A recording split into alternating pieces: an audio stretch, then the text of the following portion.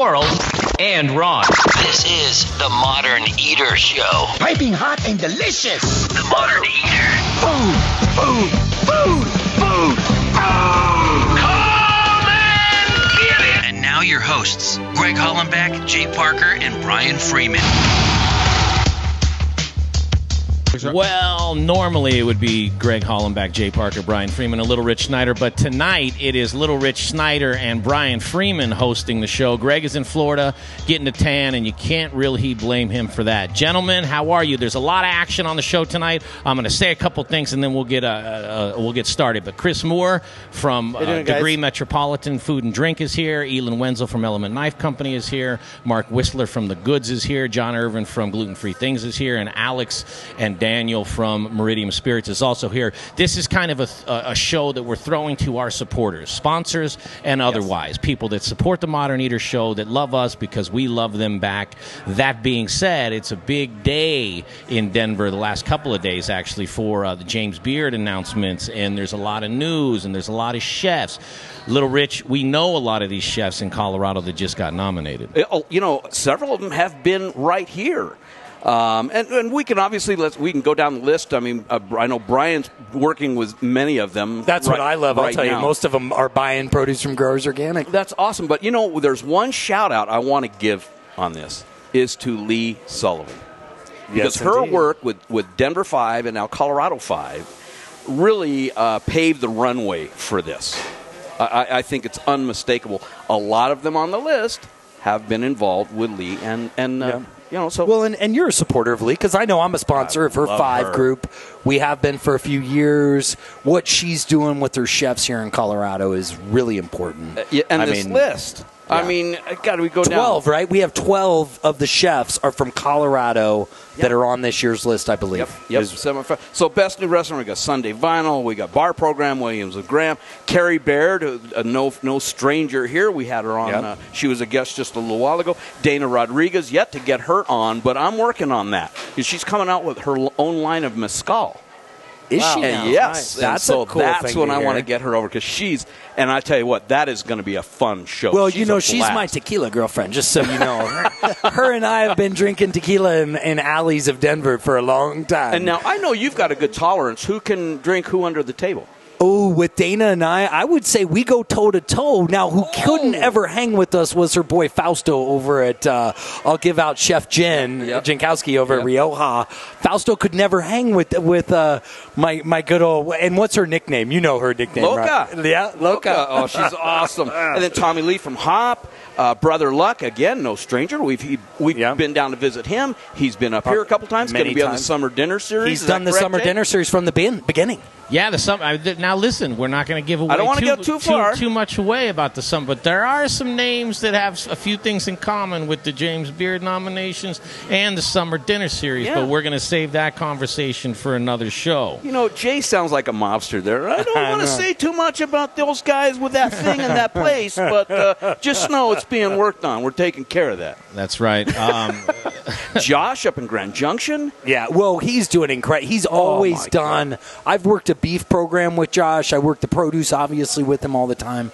But Josh is one of those chefs that he cares about it. He understands the seasonality of what we do in this food and beverage industry, right? Yeah. Because there is so much to that. Jay and I were having a great conversation about that everything in food and bev is driven by the time of year and where we are. So if it's spring, you're eating English peas, you're thinking about summertime, but that's the beginning. So you've got awesome things like your onions, your spring onions are right now, your English peas are right now. A lot of people don't realize that things like citrus, oranges, navel oranges, people don't even comprehend that navel oranges only start being harvested in like November, December, and only last until about April. People don't realize this about the food that we eat. I'm always a firm believer you should never be eating asparagus anytime but springtime because it's a spring crop. But now people eat it, and you go to these places and they confuse consumers because they have things like asparagus on the menu year round, and they're bringing it in from Peru on a boat. How does it taste good? How could it be good? Northern Mexico, See, and you know what? That's why we keep. That's why Brian is here, and that's why our viewers should keep watching, because where else are you going to find this out? Yeah. Where else? I mean, well, not really That's anywhere. relevant here in Colorado. Not really anywhere. There's nowhere else. Yeah. And this guy, I mean, incredible. But we had a great week there in the James Beard, Denver Water. There's something coming up. I think we're going to see if we can get someone from Denver Water. Yeah, because this is big news. This is important huge stuff, folks. This is what is about to happen can change the landscape for many of our bakers. Yep. First and foremost, but then brewers, distillers, all the way down the line.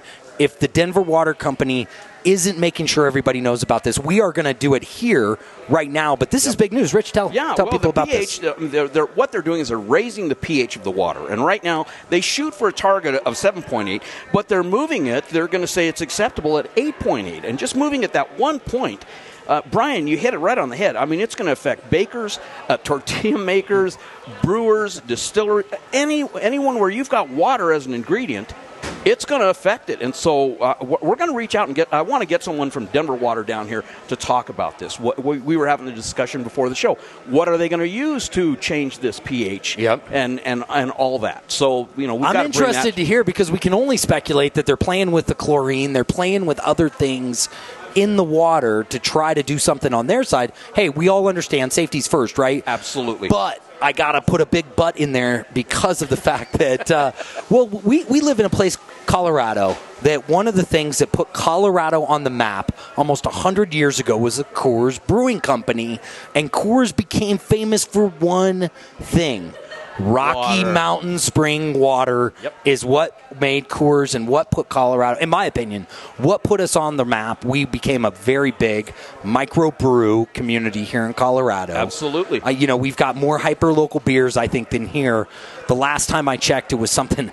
How many breweries are we? Breweries. It's like another one just opened. Yeah. But that's important. I mean, look at bagels. What we were talking about. You go to New York, every bagel maker will tell you, New York water is what makes my bagel. Absolutely. That almost sounds like an innuendo in there somewhere. But and then also I do want to do a sad shout out to our friend at Yes, Liberace. that was so sad. That breaks my heart because the guy's so passionate. Alex is so passionate. A great location.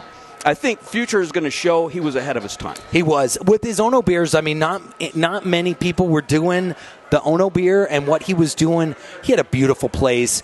My heart goes out, but I mean, quite honestly, I think we need to have a show about this because recently we are seeing really big icons. I just dealt with this last week. The Friday before last, I got news that one of my orchards that I've been working with for my entire career, 25 years in the organic produce, they've been around for 60 years, closed their doors. And this is Sundance. Most people, if you've eaten fruit, American citrus, that's out of California, you've eaten Sundance, organic. And it's sad. And we're seeing this, though. Right now, I have been seeing this in the industry. That our industry is having a ton of consolidation. We heard it, Hometown Lucky's. Bo Sharon out of Boulder, he struggled, and then his family came back and he bought 7 stores to keep it alive. But this is what we're seeing all over the industry. So I think we need to start talking about this because it's real. It's happening. The fight is real for small businesses. Absolutely. All around. Yeah, it's never been harder. It's never been harder. Yeah. Well, look, Brian, we're already coming on the 15-minute. Jay, do you want to help throw it to break for our first 15 minutes? Yeah. We're going to throw it to the Little Berry corner, which is normally the Little Rich corner, but we're going to throw it to the Little Berry corner with the lovely Rebecca Berry over there from 4th. She's talking with Elin Wenzel, it looks like. So we'll throw it to them. We'll take a break. We'll come right back with Chef Christopher Moore from Degree Metropolitan, and we'll talk about some of the food that he's going to be cooking. You're listening to the Modern Eater Show on iHeartRadio. Hey guys, I'm Little Berry Corner, aka Rebecca Berry from 4th, subbing in for Rich. I have Elon Wenzel with me, who's a regular, great friend, and a huge part of Denver 5 or Colorado 5 as we're talking about it with Element Knife Company. That's so right. Share a little bit of your experience and what you guys are doing. Okay, so Denver 5, now Colorado 5. We're just about to kick off the season. I'm on the advisory board this year and a sponsor for the team. And this year's team is off the charts. I recommend anybody follow along on social media, get tickets to the event.